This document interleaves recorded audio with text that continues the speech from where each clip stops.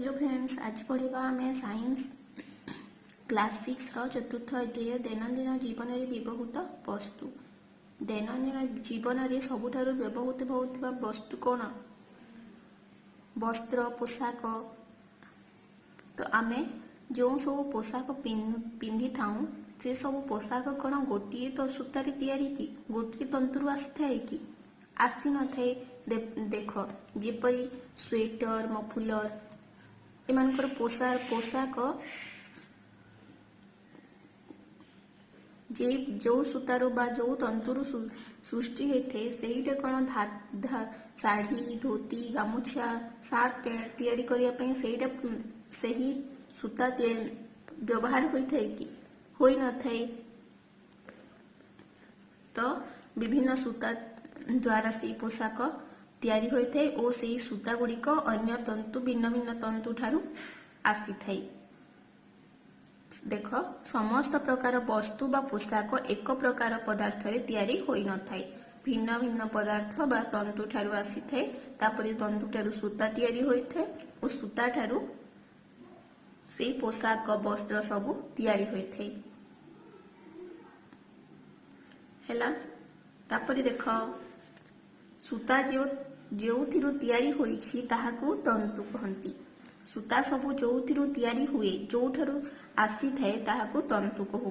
तंतु सूता हुए, तंतुरु सूता हुए, सूतारु वस्त्र तैयारी करू।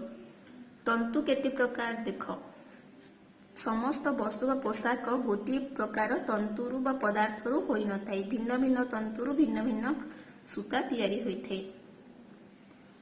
आमे गरम दिन में पिंधुवा स्वेटर, मफुलर जो सूता व्यवहार हुए, जो तंतु व्यवहार हुए से ही तंतु सार्ट, पैंट कि शाढ़ी, धोती, गामुछा आदि तैयारी रे व्यवहृत होई न थाए।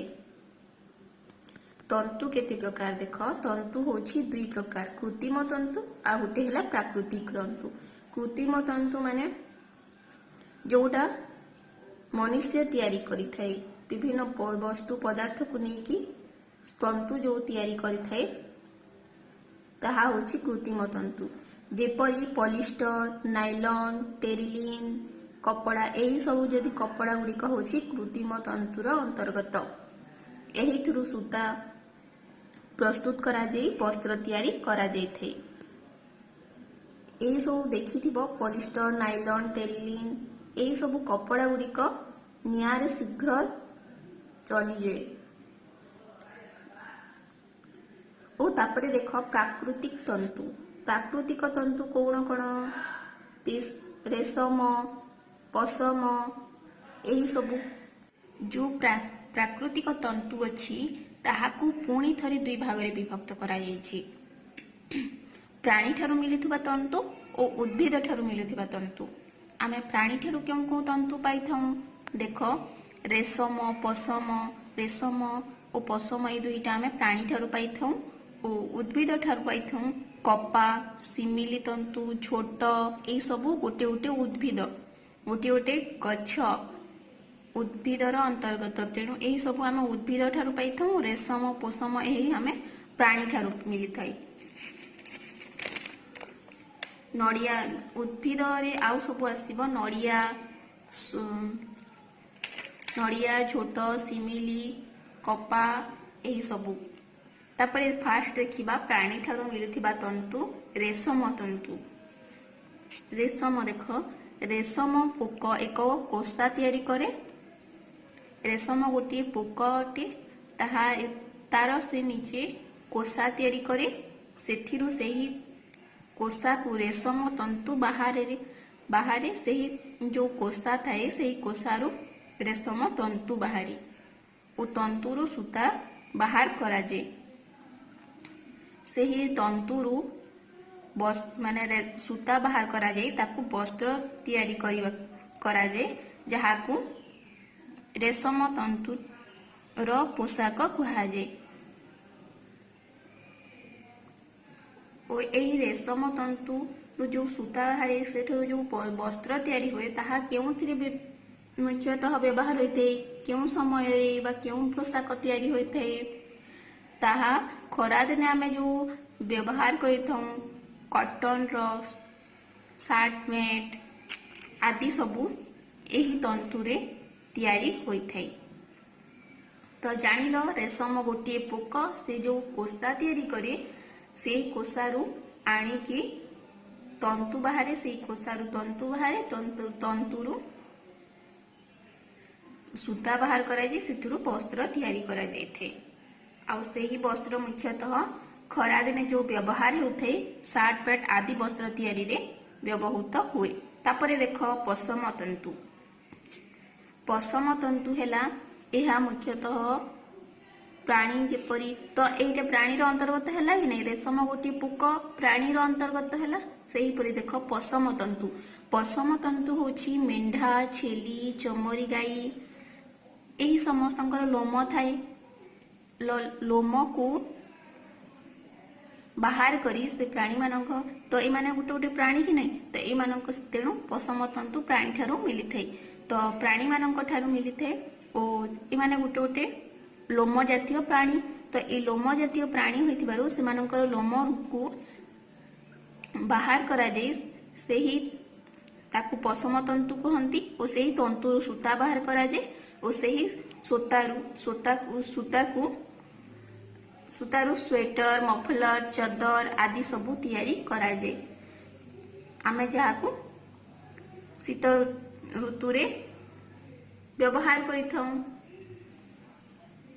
तो जानिल पशम तंतु रेशम तंतु कौन यह मध्य पशु ठार मेंढा छेली पशम मन रखिब और रेशम पशम मध्य पार्थक्य दर्शाओ मध्य कही थाए। तो यही दुईटा तुम पॉइंट करि परिबो और तार एग्जांपल रे ए दुईटा देई परिबो। तापरे देखिबा उद्भिद ठारू मिलुथिबा तंतु।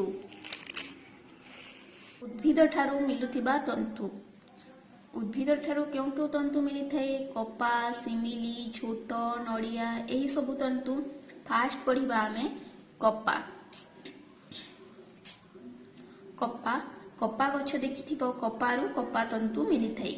कपा गछर जो फल होई थाए ता पाकल हेबा परे बा पाचिला परे ताहा फाटी जाई थाए।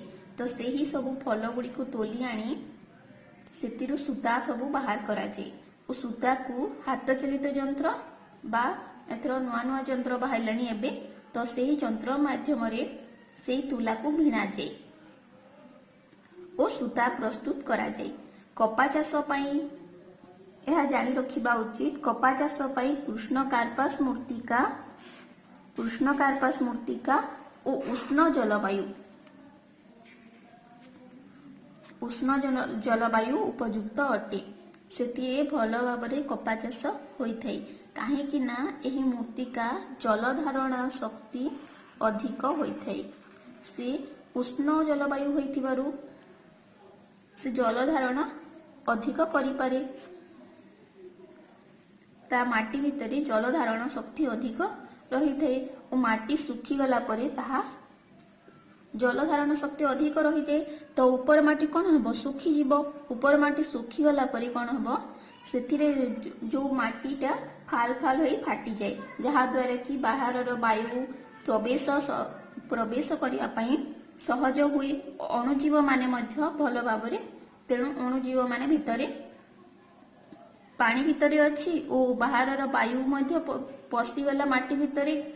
तो दुई जन मिसिकी भल भाव अणुजीव माने से माटी भितर अणुजीव भल भाव बढ़ी पारती। तेणु कृष्णकार्पास मूर्तिकार कपा चाष भल होइथाई। तापरे देख आम देश रे महाराष्ट्र गुजरात यही सबु राज्य रे अधिक कपा चाष करा जाइथे। सेइथिपाई ता पाखरे थिबा जो मुंबई सुराट अहमदाबाद एइथिरे लुगा कल रहिछि कारण महाराष्ट्र और गुजरात रे कपा चाष अधिक करा जाए। तो सेही राज्य रो कपा सबु मुंबई सुराट अहमदाबाद को आसी तार कपार कंचामाल सबु एठो को पाख को आसी सेठारे सबु लुगा कल सबु तैयारी होई रहिछि। तो यह मन रखिबो क्वेश्चन आसे काहेकि मुंबई सुराट अहमदाबाद रे लुगा कल रहिछि। तो महाराष्ट्र गुजरात रे कपा चाष बहुत परिमाण करा जाइथे सेइथिपाई मुंबई सुरत अहमदाबाद रे लुआकर रही। आम राज्य ओडिशा रे कलाहांडी आम राज्य रे कौट हुए कलाहांडी रायगड़ा ए स्थान रे मुख्यतः कपा चाष करा जाइथे।